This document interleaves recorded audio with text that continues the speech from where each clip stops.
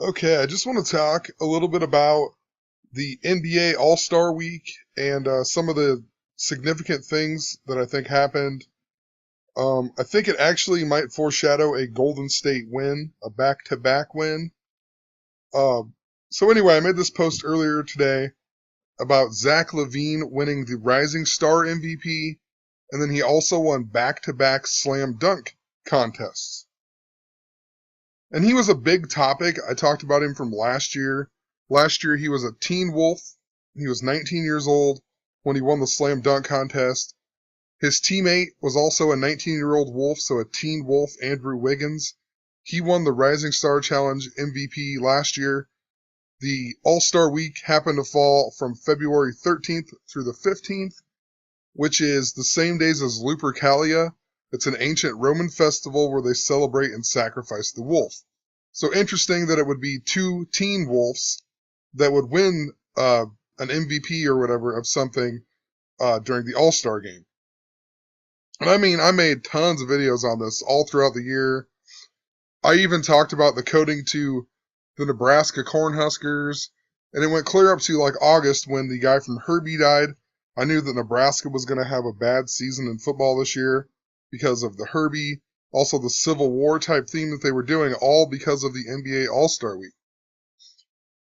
But anyway, I'll just re-explain a tiny bit here. So, it's all connected to the Civil War, Abraham Lincoln, Nebraska. It all makes sense. But in the movie Teen Wolf, there's literally Lincoln, Nebraska, or Nebraska Cornhusker stuff in the background. There's even a license plate with Nebraska.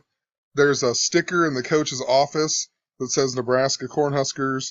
One of the calendars at the house is Nebraska Cornhuskers. The movie's not even filmed in Nebraska anywhere. The movie's not set in Nebraska. There's palm trees in the movie. Has nothing to do with Nebraska. So interesting they would have that in the background. I also mentioned in that movie that the mascot in the movie they're the Beavers. And that mascot actually comes from Oregon State, the Oregon State Beavers. Nebraska's new coach, Mike Riley, came from Oregon State. I mean, it's really super connected. It's absolutely insane. But anyway, also in that movie, when Michael J. Fox's character, Scott Howard, becomes the wolf, he joins the school play, and the school play is about the Civil War. I mean, oh, the odds, But later on, I went on and I talked about how I think that Zach LaVine or Andrew Wiggins, they're trying to, not necessarily mirror Kobe Bryant, but kind of do the same thing that they did Kobe Bryant with, Michael Jordan. How Kobe was kind of not that great for his first couple years. And then, they always talked about him and foreshadowed him with Jordan. They've kind of done that a lot with Andrew Wiggins. But a while back, I talked about how I think it seems like it's a lot more legit to Zach LaVine. And then he goes ahead and wins the Rising Star Challenge MVP, and then he wins back-to-back slam dunk contests. Yes, he's not really that great right now, but like I said, Kobe wasn't that great either. Just a thought. It just really seems like they're trying to do that. Kobe even broke Michael Jordan's scoring record against the Timberwolves. They even played the Timberwolves the first game of the season this year, the tribute to Flip Saunders. I mean, tons of stuff with it. So whatever, Zach LaVine, he wins the slam dunk contest. But anybody who watched the slam dunk contest knows that he probably shouldn't have won. He didn't have the best dunks. But I mean, the way the scoring is set up, I guess he fairly won. But anybody who watches it, they know that Gordon should have won the slam dunk contest. But it was rigged for LaVine to win it for whatever the reason, whatever their purpose of the coding is or what. But LaVine was supposed to win it. Even the word slam dunk contest, if you write it out, the words, it equals 47, just like Zach LaVine. Just like Scott Howard from Teen Wolf. And I know Zach LaVine isn't a teen wolf anymore. He's 20 years old. Still interesting, he's a wolf.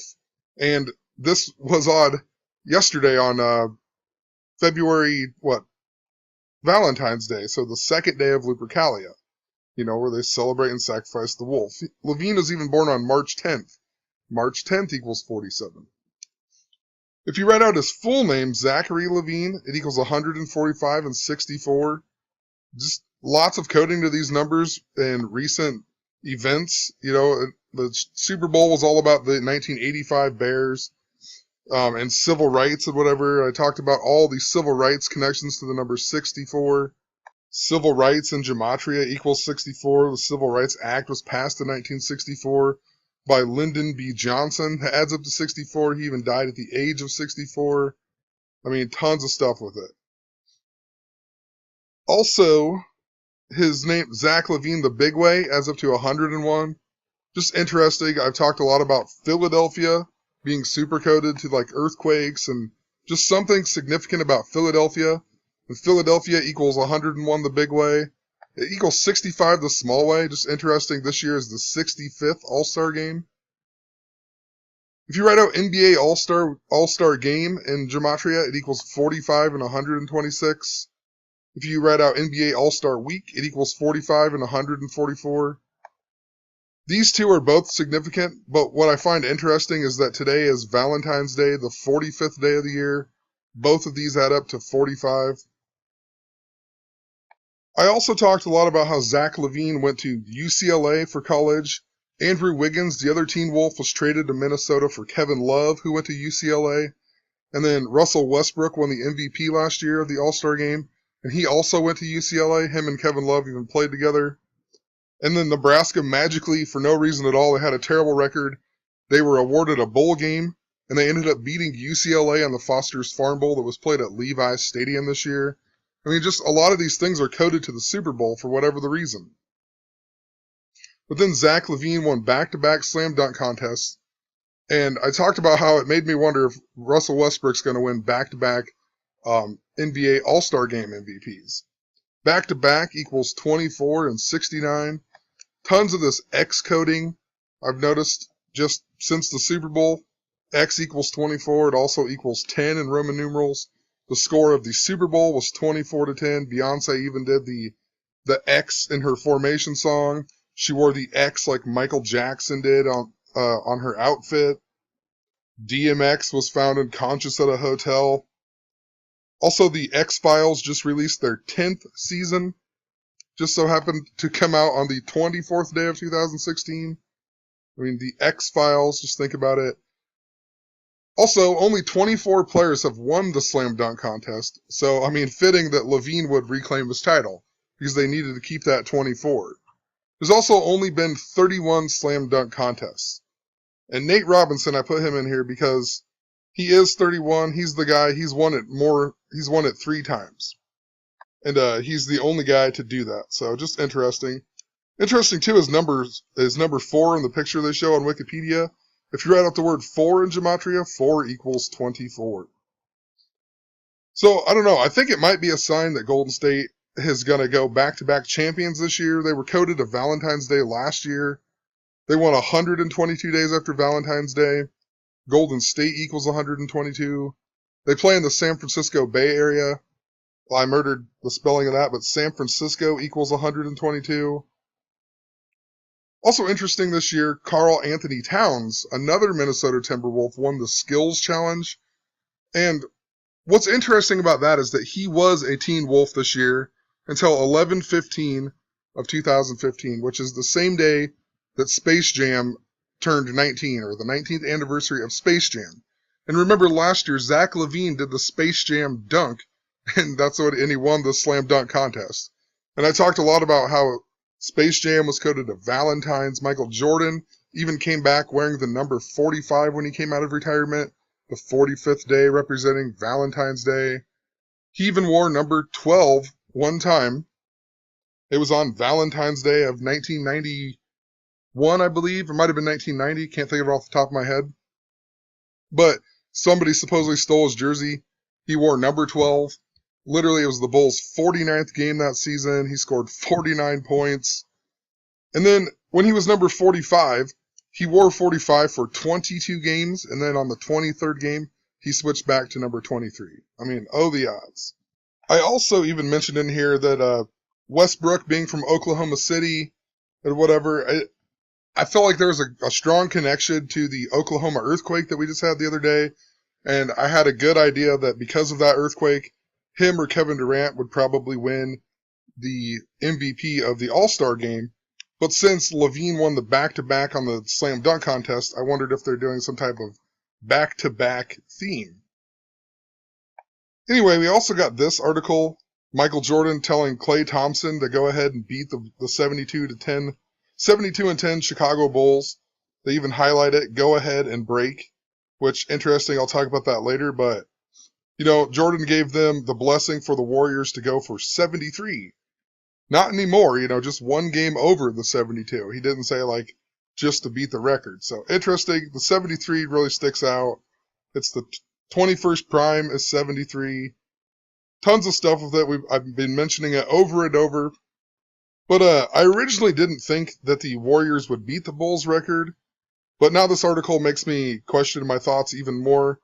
Michael Jordan's like the NBA god or like the Chicago Bulls god even. I mean, if he okays it, then who knows? Anything's possible, but it just doesn't seem like they would let Michael Jordan lose some type of record like this. But if he okays it, who knows? And I've been seeing 37-73 a ton, like I said, especially with the 12-21 in the Super Bowl. Carolina equals 37-73. The 12th prime is 37. The 21st prime is 73. But remember last year when Klay Thompson scored 37 points in a quarter?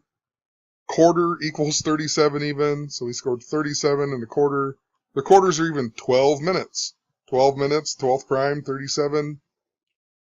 One thing, though, that makes me wonder if they're going to do it is that Klay Thompson's full name, Klay Alexander Thompson, equals 91.